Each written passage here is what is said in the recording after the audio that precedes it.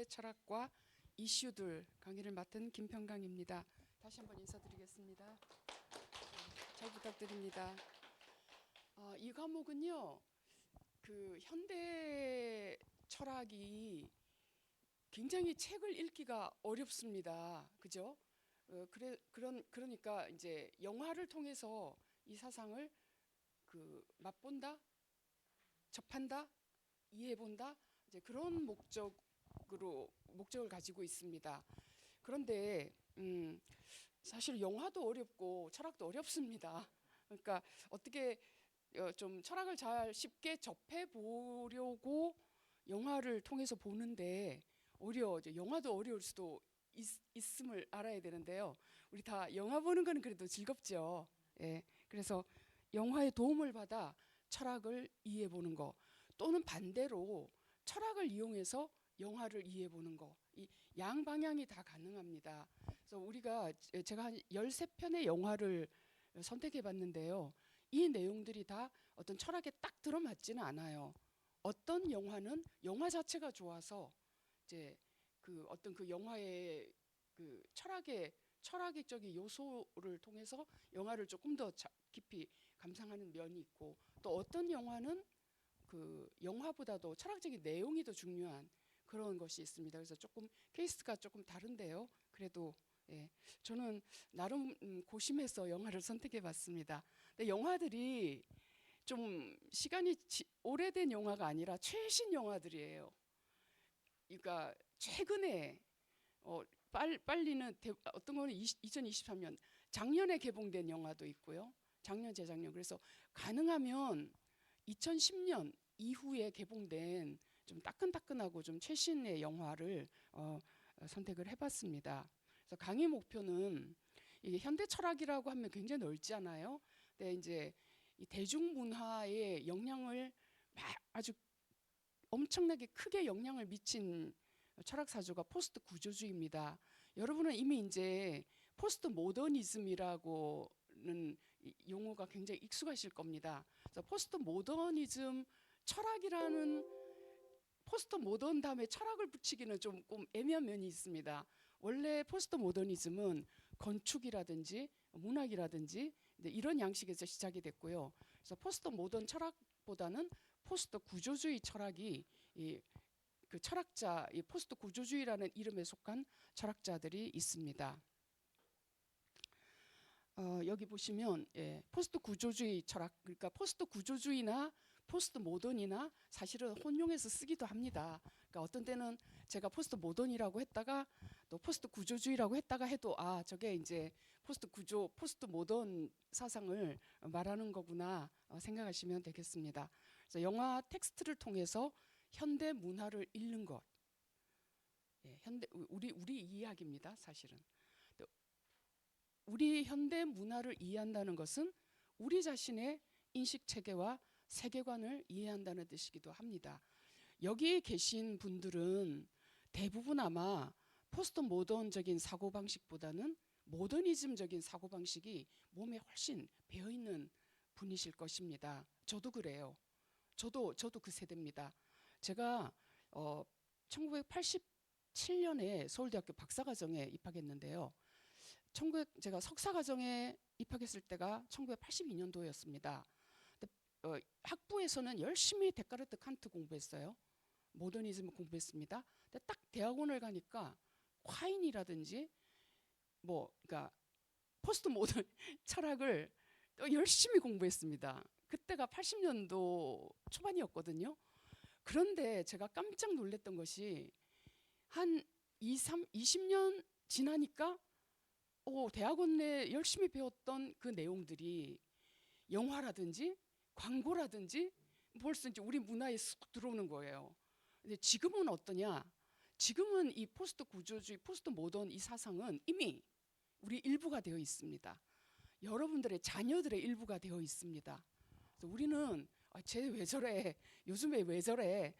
하겠는 그 사유 방식이 포스트 구조주의 이 철학이거든요. 그래서 이런 철학은 사실 우리가 왜 여기 와서 공부를 하냐 또 알아야 되냐 하면 책 안에 갇혀 있는 철학이 절대 아니에요. 온고잉, 지금 현재도 진행되고 있는, 그러니까 지금 아마 20, 30대는 거의 이 세계관입니다. 예. 5, 60대, 60대 이후는 모더니즘의 세계관입니다. 그래서 요즘의 시대를 이해하려면 꼭 알아야 되는 것이 포스트 구조주의 철학입니다. 그러면 어떤 전망도 생기냐면요. 이 다음에는 뭐지?가 보여요. 이러다가 세상이 어디로 가는 거야? 이제 거기까지 아마 한 우리가 3개월, 5월 말쯤 되면 아마 여러분은 이거 이 다음 수순은 보이는구나. 이 다음 수순이 보이는구나. 좀 가시면 굉장히 통찰력이 있으신 분이실 거예요. 그래서 궁극적으로는 우리 자신의 인식 체계, 우리의 가치관, 또 세계관, 생각하는 방식, 이것이 이제 그 형성된 그것들을 그 뿌리에서부터 보게 될 것입니다. 그래서 영화에 그런 면들이 잘 녹아 있습니다. 최근의 영화는 모더니즘적인 사고방식을 가질 수가 없어요. 가장 첨예하게 현대 사상을 반영하고 있습니다.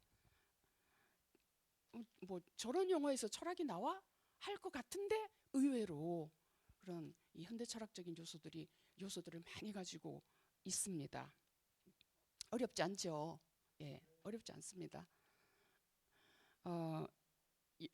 제가 그 13편의 그 영화에는 어떤 사상가의 철학도 다루고 그다음에 어떤 이슈도 다룰 건데요. 그 철학 사상적인 면에 그 주된 텍스트가 될 만한 책이 이 책입니다. 이 현대사상 입문이라는 책인데요. 지바 마사야라는 일본 떠오르는 이 책이 굉장히 쉽게 잘 쓰여져서 일본의 그 상도 받은 유명한 책입니다.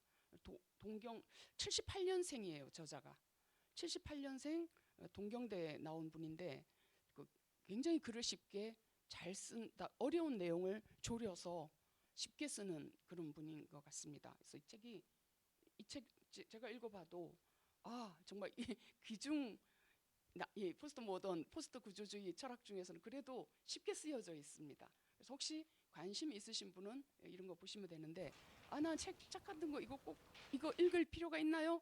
안 읽으셔도 됩니다. 저희 우리 수업에서는 정말 중요한 건 사실은요, 영화를 꼼꼼하게 보는 것입니다. 영화를 꼼꼼하게 보는 것이 훨씬 더 유익할 겁니다. 다시 하겠습니다. 예. 영화 좋아하시나요? 한시에서 얼마나 어려운가 몇 가지 그래서 영화로 예를 철학 들어서 말씀드리고요. 그 영화 분석에는 두 가지 차원이 있습니다. 여기 저는 영화 전공을 하지 만든 않았습니다. 그래서 이 수업을 위해서 이제 조금 공부를 좀 했어요. 거의 한두 수 빼고 다 제가 다시 다 번역한 거예요. 다 내러티브적인 요소가 있습니다. 내러티브는 이야기죠. 한두 개나 있을래나요? 영화는 영상 언어잖아요. 영상으로 이게 학술 논문이 소설은 아니기 때문에 문자로 인용 우리가 표시는 상상력을 안 하고. 동원해서 그 이야기를 따라가지만 영화는 이미지로 그러면 이제 시를 거죠. 두 편을 읽어드릴 텐데 그래서 이 영화에는 두 편을 읽어드릴 테니까 내러티브 이야기적인 요소가 있습니다. 이거 강의 그 소개서 안에 다 있는 내용입니다. 시청각적 영화 분석에는요 4가지 요소가 있습니다. 영화 촬영법, 시네마토그래피라고 하더라고요. 이거는 그 한 두 번째 시간에 우리가 보게 될 1917 1차 세계대전 때 일어난 일을 다룬 영화가 있습니다. 혹시 1917 보신 분 계시나요? 영화? 1917년. 예. 1차 세계대전이 1914년에서 18년까지 4년 동안 있었는데요. 그 1차 세계대전이 종전되기 1년 전의 일입니다. 그래서 영화 제목이 1917이에요. 이 영화가 굉장히 이제 유명한 것이 영화 촬영법이 마치 이렇게 쭉 카메라를 끊지 않고 카메라가 쭉 두 군인들을 따라가면서 찍은 듯한 그 촬영 기법이 굉장히 유명합니다. 그래서 그 영화는 이 촬영 기법을 말하지 않고는 영화를 이해하는 데는 이 촬영 기법이 대단히 중요해요. 그래서 그 영화 촬영법이 있고요. 또 편집이 있습니다. 편집. 여기 보시면 이 촬영, 편집, 음향, 미장센 이거 다 아카데미 무슨 상 부분이죠. 편집상, 촬영상, 음향상, 각본상 있죠. 예, 다 그래서 이렇게 상이 있는 것입니다. 그러니까 촬영, 편집, 미장센은요. 거기도 있죠. 우리 이 강의기획서 안에는 미장센은 배치입니다. 카메라 앞에 이제 인물들을 어떻게 배치할 것인가, 옷은 어떻게 입힐 것인가, 배우의 연기는 어떤가 하는 그런 장면 이렇게 구성을 미장센이라고 합니다. 음향이 있죠. 편집은 샷을 이어붙이는 방식인데요. 그 어떤 그 메멘토 같은 영화는 보통 우리가 시간 순으로 돼 있는 것이 아니라 영화가 두 시간 순과 시간의 역순으로 이렇게 같이 두 구조로 진행됩니다. 그래서 이것은 편집이 대단히 중요한 영화예요. 시간의 역순으로 일어나는 것은 흑백으로, 그다음에 시간의 그 순서대로 일어나는 일은 그 칼라로 해서 이런 것들은 이제 편집 방식이죠. 그래서 편집이 상당히 복잡한 영화들도 있습니다. 자, 미장센에 이제 배치라고 했죠. 그다음에 음향이 있습니다. 음향은 뭐 음악도 있고 소리도 있고, 우리가 볼 영화 중에 프렌치 수프라는 프랑스 영화가 있어요. 그 중년의 사랑, 예, 그 미식가와 요리사의 사랑을 다룬 작년에 2024년 영화인데요. 거기는 인위적인 음향보다는 자연의 소리가 많이 담겨져 있죠. 그래서 음향이 중요한 영화라고 할 수 있습니다. 그다음에 이제 다섯 번째가 내러티브, 이야기 분석입니다. 영화는 영상으로 만든 이야기죠. 근데 이 이야기를 분석하는 데는 정신분석학이라든지 사회학이라든지 기호학이라든지 철학이 이런 그 이론들이 영화를 좀 더 깊이 이해하는데 도움이 될 수 있습니다. 기생충 같은 영화는 사회학이 좀 필요하겠죠. 예. 자, 이야기 내러티브에는 이야기에는 요소가 있죠. 중요한 것이 인물이죠. 등장인물. 등장인물에는 주인공이 있을 것이고요. 주인공의 대척이 되는, 주인공을 괴롭히는 악당도 있겠죠. 그다음에 주변 인물이 있습니다. 주변 인물도 조력자가 있을 것이고 또 방해하는 것도 있겠죠. 근데 조력자가 중요하겠죠. 등장인물. 배경은 시간적 배경, 그러니까 시대적 배경, 공간적 배경.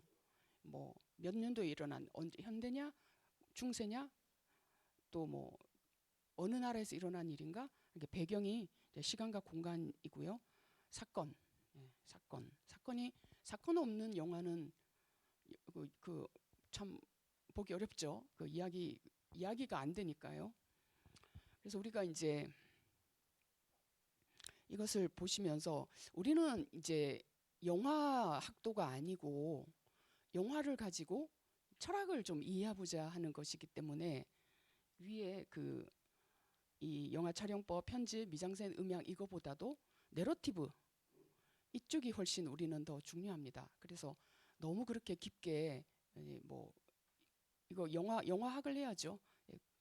그리고 유튜브를 찾아보시면 이 요즘 그 영화학이 많이 발달해서요. 영화 자체에 대한 분석들이 많이 나와 있습니다. 영화에 대한 철학적 분석보다 오히려 영화적인 이런 요소들에 대한 그 리뷰가 많아서 관심 있으신 분들은 그 유튜브들 찾아보시면 아주 많이 있을 것입니다. 도움 받을 수 있으세요. 자, 그럼 영화를 볼 때 우리가 질문이 생기죠. 영화를 이렇게 가다가 저 사람 왜 저렇게 행동하지? 나는 이렇게 예측하는데 이럴 거라고 기대하는데 왜 저렇게 행동을 할까? 그래서 사단을 만들까? 그런 질문들이 있을 것입니다. 그래서 그 질문들을 이제 유념해뒀다가 이제 영화 보고 난 다음에 이렇게 내 질문, 내가 왜 이 질문을 이제 써두는 게 좋아요. 그리고 그 질문이 풀릴 수도 있고 안 풀릴 수도 있겠죠. 그다음에 기억에 남는 장면, 이건 제가 많이 물어볼 겁니다. 어떤 장면이 기억에 많이 남으셨어요?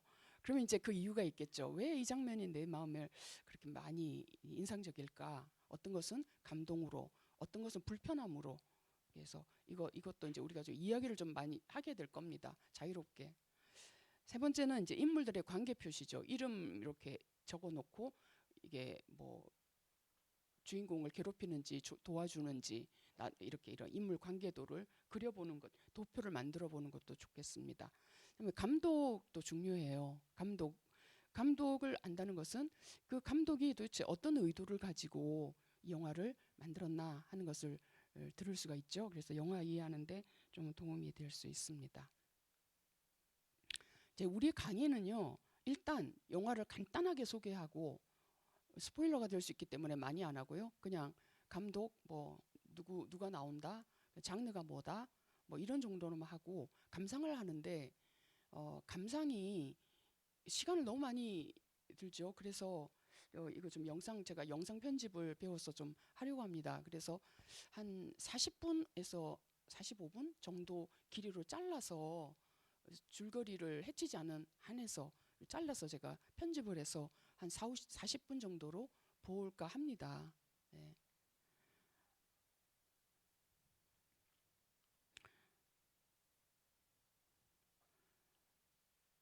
그리고 이제 보고 난 다음에 이제 영화에 대해서 자유롭게 아까 한 질문을 가지고 여러분들 우리가 이 영화를 어떻게 봤나 하는 거를 좀 자유롭게 말할 그런 시간이 이 자유 발언입니다.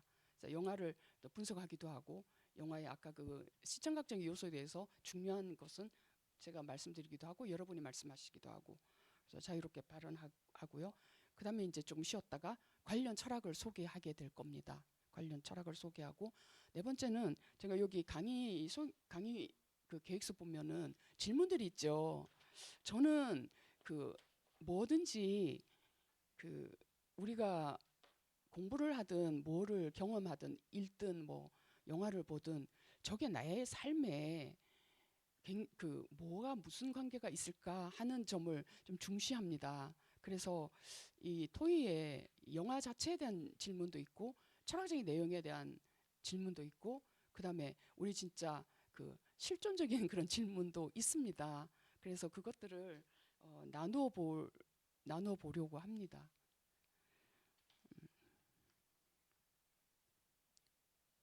그렇게 구성이 되어 있습니다. 그래서 좀 말을 많이 했으면 좋겠습니다. 영화 보다가 힐링, 치유, 회복하는 경험이 덜어 있습니다. 예. 저는 이번에 준비하면서 그 마스터를 보고 저를 발견했어요.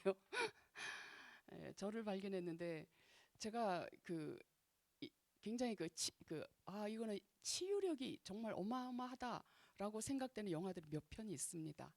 그래서 그 영화는 우리도 각자가 다 자기 그런 체험들이 있었으면 합니다.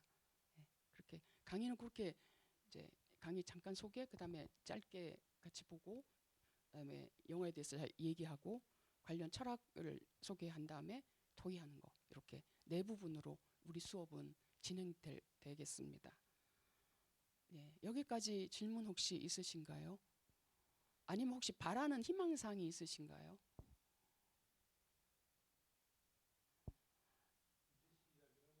예, 영화가 근데 막 그렇게 재미있다 이럴지는 않을 수도 있어요. 그게 조금 이건 좀 저의 사심이 많이 들어간 것이라. 예. 처음에 볼 영화는 혹시 듄 보셨습니까? 한번 어떻게 재밌었어요? 원, 투 다 보셨어요? 영화 아이맥스로 보셨어요?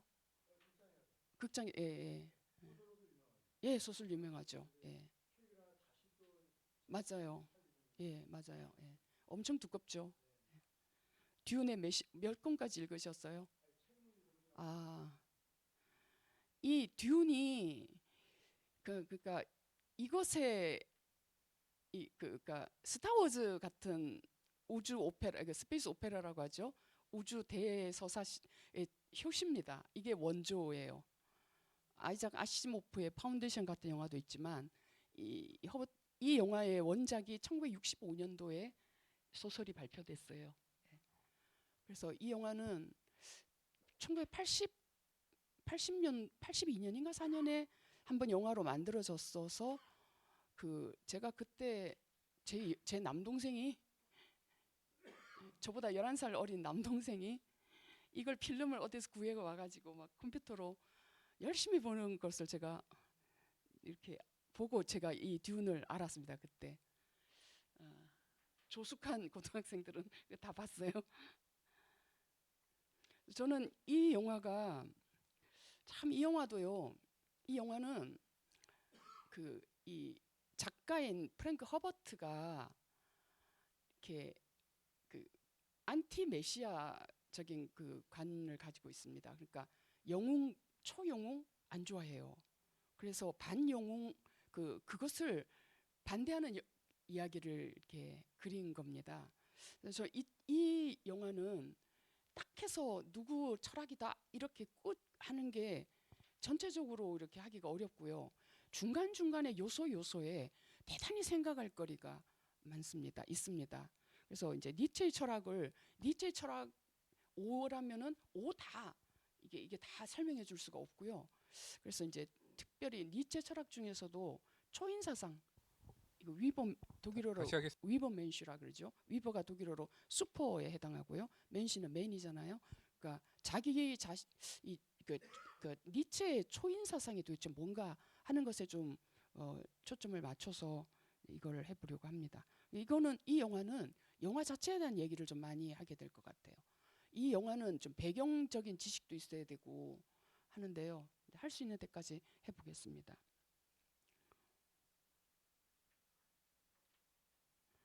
제가 아까 말한 1917년, 이게 이제 샘 멘데스 감독인데요. 기생충 영화가 아카데미상을 받을 때 다들 사람들이 이 영화가 아카데미 뭐라 그러죠, 작품상 받을 거라고 다들 전망했는데 기생충이 받았어요. 샘 멘데스, 저는 이 영화를 참 굉장히 감동적으로 봤습니다. 실존주의인데요. 이 실존주의를 다루겠지만 포스트 실존주의, 그러니까 실존주의 그러니까 포스트 구조주의가 바라보는 실존주의, 그것도 같이 해서 보겠습니다. 제가 아까 말씀드린 마스터, 이는 이제 역기능적인 인간이 나옵니다. 여기 이 쟁쟁한 배우들이 나오는 영화죠. 이 리버 피닉스의 동생 호아킨 피닉스가 주인공이고요. 이게 지금 이 포스터 보시면 데칼코마니예요. 이 프레디라는 인물이 의지하는 사이비 교주 같은 필립 세이모어 호프만 대배우잖아요.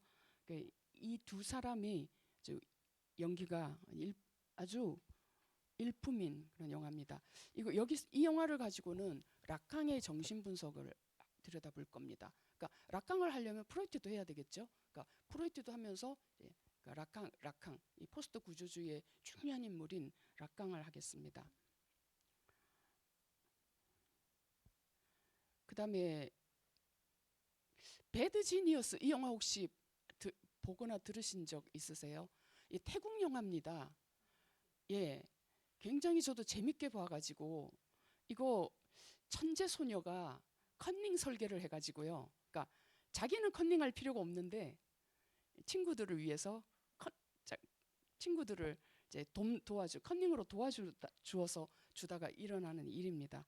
그래서 저는 이걸 가지고 윤리학에 있어서 새로운 20세기에 일어난 덕윤리학의 그러니까 윤리학의 새로운 전환에 대해서도 말씀을 드리고, 그다음에 호르크하이머의 도구적 이성 비판이라는 호르크하이머 사회 철학자가 있습니다. 이 두 이론을 가지고 이 영화 얘기를 좀 해보려고 합니다. 굉장히 재미있어요. 실제로 이거 일어난 일을 배경으로 하고 모티브로 하고 있습니다. 우리나라의 미국 대학 들어가려면 SAT 시험 봐야 되잖아요. 실제로 이런 일이 있었다고 해요. 중국하고 한국에서.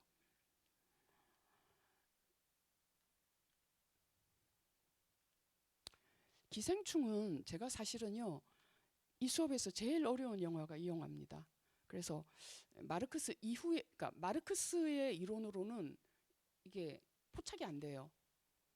그래서 마르크스 이후의 사회 철학을 가지고 영화를 좀 보려고 합니다. 푸코라든지 미셸 푸코라든지 또 니체의 또 원한 가난한 자가 가지는 감정 이런 것에 대해서도 좀 보려고 합니다. 영화는 참 어렵습니다. 저는. 그리고 프렌치 숲 아까 말씀드린 트란 안홍, 저는 옛날에 트란 안홍의 파파야 그린 파파야의 향기라는 영화를 극장에서 본 적이 있습니다. 그 감독입니다. 프랑스로 귀화했고요. 2024년 그러니까 작년에 개봉된 영화입니다. 네, 마세 이거 제가 왜 선택을 했냐면 프랑스 영화도 다뤄야지 하고 맛에 대해서 감각이잖아요. 이성이 아니라. 그래서 맛의 철학이 가능한가? 한 몸의 철학, 맛의 철학 그리고 그런 문제를 좀 들여다보려고 영화를 선택했습니다. 이 영화 혹시 보신 적 있으세요? 이것도 2024년 영화인데요. 존 오브 인터레스트는 이 존은 지대라는 거죠. 관심지대라는 뜻입니다. 관심지대. 이게 참 영화 포스터가 의미심장하죠. 이거 이제 그 아우슈비츠 이게 담장 저쪽은 아우슈비츠고요. 담장 이편은 그 간수, 그러니까 그 유대인 학살을 명령을 받아서 그 실제 실행했던 간수의 일상입니다. 예, 그래서 여태까지 이런 아우슈비츠 이런 거 다루는 영화들은 희생자한테 주목을 했잖아요. 그런데 이거는 희생자가 아니라 가해자한테 주목한. 그래서 희생자들을 그 장면은 안 나와요. 아 하는 비명 소리만 들리지 이게 그 가해자들의 일상적인 삶입니다. 그래서 이 영화 하면서 여러분 유명한 그 한나 아렌트의 악의 평범성 이런 거 있죠. 도대체 악이 어딨냐, 뭐 악이 무엇이냐는 한나 아렌트의 정치 철학을 가지고 이제 이걸 해보려고 합니다. 우리 현대 사회에도 대단히 시사점이 있다고 생각합니다. 그다음에 이 영화는요, 제가 그 이거 좀 르아브르가 항구잖아요. 그 프랑스에 있는 항구 도시이기도 하고 아키 카우리스마키 이런 이거 핀란드 합작 영화예요. 핀란드 뭐 프랑스 2011년 이거는 제가 왜 다루냐면은 이 난민이 이야기입니다. 난민. 근데 난민이 집단적인 게 아니고요. 어린 소년이에요. 근데 이 영화는 상당히 동화 같은 이야기입니다. 악당이 하나도 나오지도 않아요. 굉장히 보면 마음이 몽글몽글 훈훈해지고 따뜻하고 그래 이래야지 그래요. 그런데 저는 이 영화를 좀 우리가 다시 그러니까 여러 각도로 좀 보기를 원합니다. 제가 이런 말씀 저는요 이 영화에서 저는 어떤 특정한 입장을 뭐 어떤 저는 뭐 저 이렇게 가지거나 그거를 막 이렇게 노출한다거나 저 그렇게 하고 싶지가 않습니다. 하지만 그 이제 만약에 난민들이 또는 이주민들이 집단화됐을 때하고 개인으로 있을 때와 집단으로 왔을 때가 다를까 같을까 하는 문제를 양쪽을 다 보려고 합니다. 그래서 이 영화와 그다음에 현실에서의 그러니까 집단적으로 집단화됐을 때 하는 것도 같이 좀 다뤄보려고 합니다. 그래서 이 문제는 참 다루기 접근하기는 어려울 것 같은데 그래도 우리 문제잖아요. 바로 우리 문제기도 하죠. 대림동에 가면 여러분 이질적인 거 느끼죠. 예. 그래서 이거 한번 다뤄보는 게 좋겠다 싶고요. 레비나스라는 유대인 철학자가 이분이 겸손한 주체라는 개념을 이렇게 주장했어요. 겸손한 주체 그리고 환대의 철학.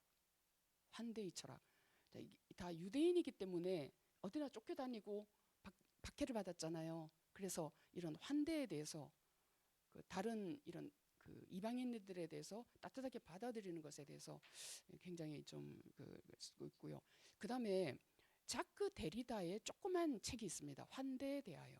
그래서 포스트 구조주의자들이 이런 이방인들에 대해서 환대한다는 것에 대해서 어떻게 쓰고 있나 하는 것도 좀 살펴보려고 합니다. 노매드랜드 이거 보셨습니까? 혹시 미국에서 생활하셨던 분들은 동부에서 서부로 이렇게 여행을 쭉 하면 바로 그 여행길이 이 영화에 많이 나옵니다. 그래서 가족들을 데리고 동부에서 서부로, 서부에서 동부로 여행하셨던 분들은 이 영화 굉장히 좋아하시더라고요. 노매드랜드는 논픽션 소설을 논픽션을 영화한 거죠. 예. 이 영화 저는 진짜 이 영화 참 생각할 것이 많다고 생각합니다.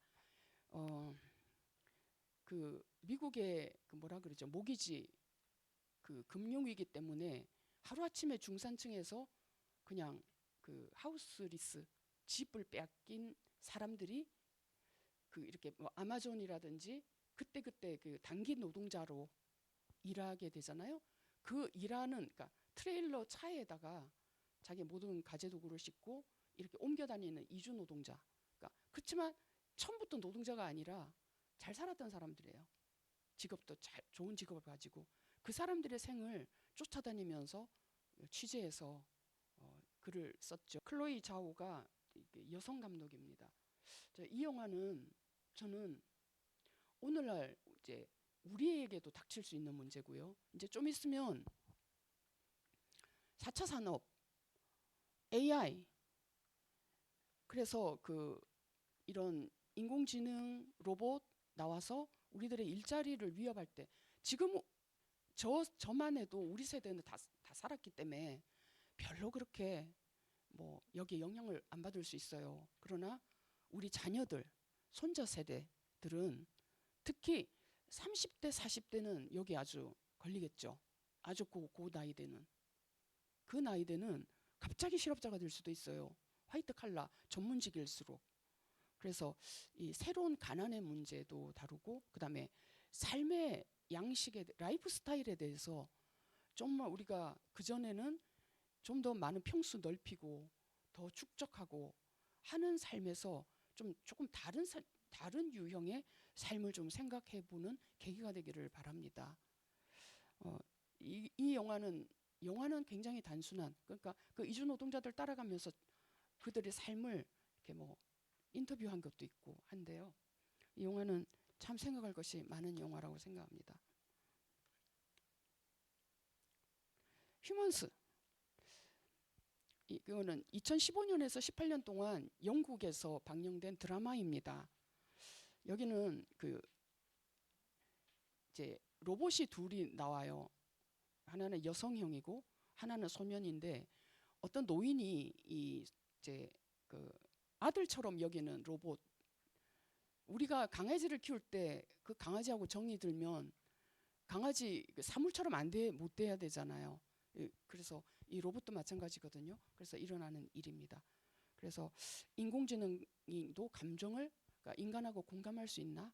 그러니까 지금 이 로봇들은 다 케어 로봇이거나 사교 로봇이거든요. 그래서 이 로봇을 또 인간처럼 이렇게 만들어 놓으면은 어떤 문제가 생기나 하는 것들을 다루는 그런 걸 보여주는 영화입니다.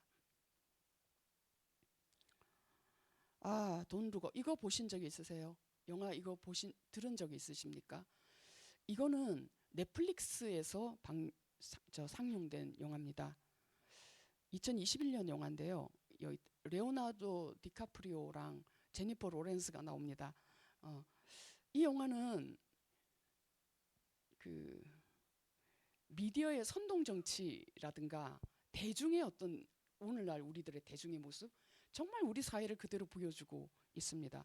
저는 여기서 중요한 게 포스트 트루스라는 개념인 이건 뭐냐면요. 진리라든가 우리 사회도 진리나 진실이 중요한 사회가 아니에요. 믿음이나 감정이 중요한 사회죠. 나한테 어떻게 느껴지느냐, 나한테 어떤 감정을 주느냐가 중요한 사회죠. 그래서 그거를 보여주는 영화입니다. 저 이 영화 대단히 기대를 갖고 있습니다. 돈 룩업. 그리고 이제 일본 영화입니다. 악은 존재하지 않는다. 이거 일본에 아주 떠오르는 신성 하마구치 류스케 2024년 영화인데요. 이 영화는 굉장히 잔잔한데 제가 이렇게 자연과 환경 보호하면은 여러분 환경 보호합시다 이렇게 보일 것 같죠? 그거를 저는 하나하나 다 좀 우리가 보기를 원합니다. 자연, 환경 보호 이게 이제 이 물음표가 있는 겁니다. 그 하나 제가 뭐 어떤 주제를 하나 끼워 넣었냐면 어떤 생태주의자들이 지구가 자연이 좀 보호를 받으려면 인구가 한 10억 정도, 5억 정도로 감축되어야 한다라고 주장하는 생태학자들이 있습니다. 그래서 그것도 한번 넣어놨어요. 토의할 문제에. 이제 이 다룰 주제에 그 주장은 어떤가? 끔찍하죠. 10억, 5억. 이제 마지막으로 이제 제가 이 힐링 Everything Everywhere All at Once 에에올 줄여서 에에올이라고 하는데 여기 상을 많이 받았습니다. 이게 주제가 이제 허무를 이기는 방법입니다. 허무. 다중우주 이거 내 삶이 그때 다른 선택을 내가 이 남자를 선택하지 않고 저 남자를 선택했으면 내 인생이 어땠을까?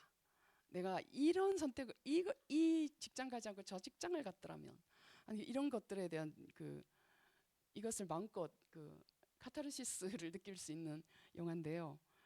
저는 참 이 영화 좋아합니다.